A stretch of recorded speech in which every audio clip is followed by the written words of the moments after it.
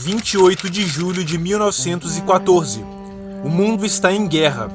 A Tríplice Aliança, formada pelo Império Austro-Húngaro, Alemanha e Itália, lutam contra a Tríplice Entente, composta pela França, Inglaterra e Rússia. Os horrores da guerra estão por toda parte. Homens na linha de frente sentem o odor pungente e cadavérico de seus compatriotas perecendo sob fogo inimigo. Pernas mutiladas, faces deformadas, gritos de socorro. O terror está em toda parte. Fora do campo de batalha, homens incapazes de defender o seu país por problemas diversos desfrutam o privilégio de se permanecer perto da família e dos filhos. O regozijo, no entanto, dura pouco. Grupos de sufragistas feministas carregam um poderoso artefato de coerção emocional, a pluma branca. Seu objetivo é claro: humilhar e emascular os homens, usando sua masculinidade para coagi-los a morrer, imputando-lhes a temida alcunha de covardes. As sufragistas lutavam por um privilégio, o qual, em suas mentes ginocentristas, chamavam de direito, o direito ao voto. Hoje, pouco se sabe sobre a realidade do sufrágio. Os homens que tinham o direito ao voto deveriam se alistar no exército, e como parte desse alistamento, morrer em combate se necessário.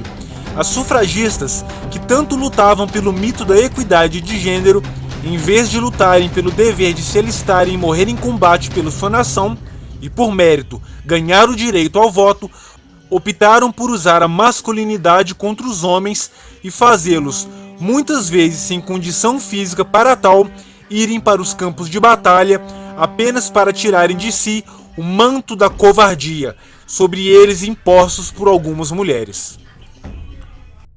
Pouco se sabe também que muitas mulheres foram contra o direito ao voto, pois direitos implicam deveres e o voto implicava morrer na guerra se preciso.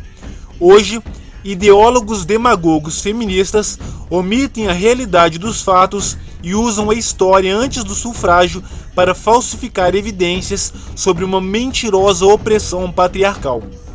Esse pregresso episódio tem muito a nos ensinar a respeito da conduta das mulheres. Desde o início dos tempos, a mulher e seu inexorável instinto supremacista de sobrevivência colocam homens em situação de risco para garantir seu bem-estar, mesmo às custas de vidas inocentes.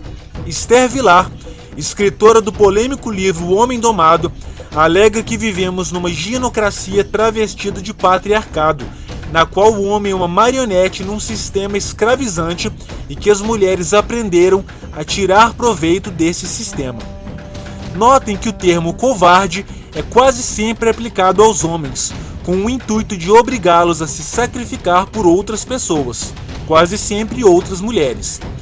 É comum que pessoas atribuam essas condutas femininas ao movimento feminista e sua forte influência no mundo ocidental.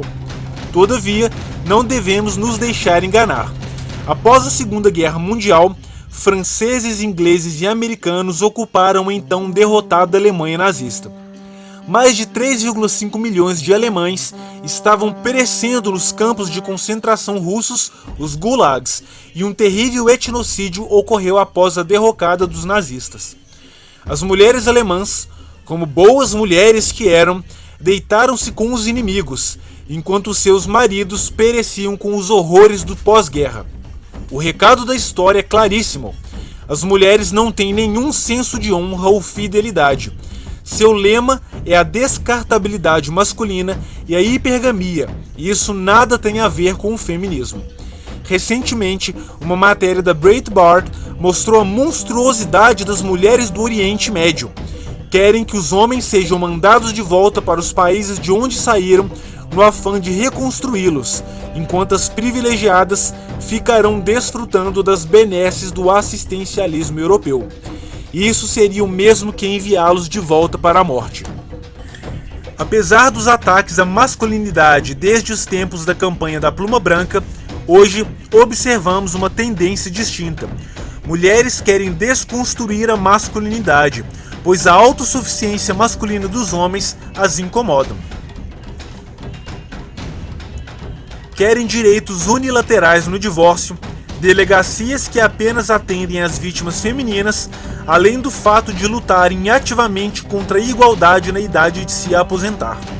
Ao observarmos o cenário internacional, vemos que líderes do sexo feminino causam grande destruição na Europa, como Angela Merkel, que entregou o maravilhoso Ocidente na mão dos muçulmanos, ou a Suécia, que transformou um país que enriqueceu no capitalismo liberal num país subdesenvolvido, capital europeia do estupro e provável de se tornar um país emergente até 2030. A lição é clara: o sufrágio universal deve ser revogado. Afinal, ele foi uma das grandes causas do crescimento do governo e de políticas misândricas que levam homens ao suicídio e à ruína emocional. O inimigo nunca esteve fora da nossa amada nação, mas dormindo ao nosso lado. Homens, chegou a hora de despertar.